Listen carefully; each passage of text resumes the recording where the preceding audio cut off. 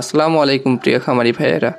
আমরা যারা ৩-৪ মাসের প্রজেক্টে ষাঁড় বা গাভী গরু ফ্যাটেনিং করি, আমাদের ক্ষেত্রে দানাদার খাদ্যের হিসাব নিয়ে চিন্তা করতেই হয়। কোন ফিড খাওয়াবো, কোন কোম্পানির ফিড খাওয়াবো, খাদ্যের মান কেমন হবে, যে ফিড খাওয়াচ্ছি তাতে হিতে বিপরীত হবে না তো আবার। সর্বোপরি ফ্যাটেনিংয়ের ক্ষেত্রে নির্দিষ্ট সময়ের মধ্যে আশানুরূপ রেজাল্ট পাওয়াই মূল কথা। গরুর খামারে সঠিক রেজাল্ট পেতে আমরা নিজেরাই কিন্তু এর সমাধানে আসতে পারি।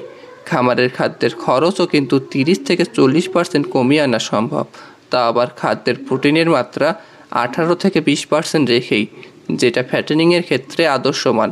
তাই আমি বাজারে রেডি ফিডের পরিবর্তে নিজেই মেডিসিন দিয়ে দানাদার খাবার তৈরি করি। এখন আসি কি দানাদার খাবার দিয়ে আমি খাবার বানাই।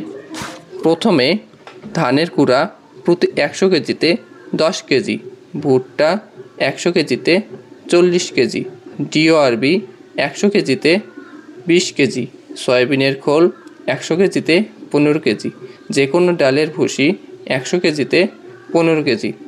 এখন আসে মেডিসিনে। 1 নম্বরে fish protein, 2 limestone, 3 এল-লাইসিন, 4 multi enzyme, 5 probiotic, 6 premix, 7 toxin binder, 8 DL methionine, 9 vegetable fat, 10 growth promoter, 11 sodium bicarbonate, 12 DCP অথবা এমসিপি, 13 ফাইটেস এবং 14 নম্বরে প্রয়োজনীয় ভিটামিন মিনারেল। যে মেডিসিনগুলোর কথা বললাম, এগুলো উক্ত দানাদার খাদ্যের সাথে মিশিয়ে খাওয়ালে যে কোনো গরু নির্দিষ্ট সময়ের মধ্যে মোটাতাজাকরণ করতে অনেক বেশি হেল্পফুল হবে ইনশাআল্লাহ। মোটাতাজা অবশ্যই হবে ইনশাআল্লাহ।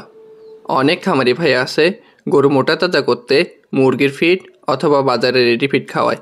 আমরা কথা দিচ্ছি এভাবে নিজেরাই যদি ফিড তৈরি করে খাওয়াইতে পারি, বাজারের রেডি ফিডের কথা ভাবতেই হবে না। আসসালামু আলাইকুম।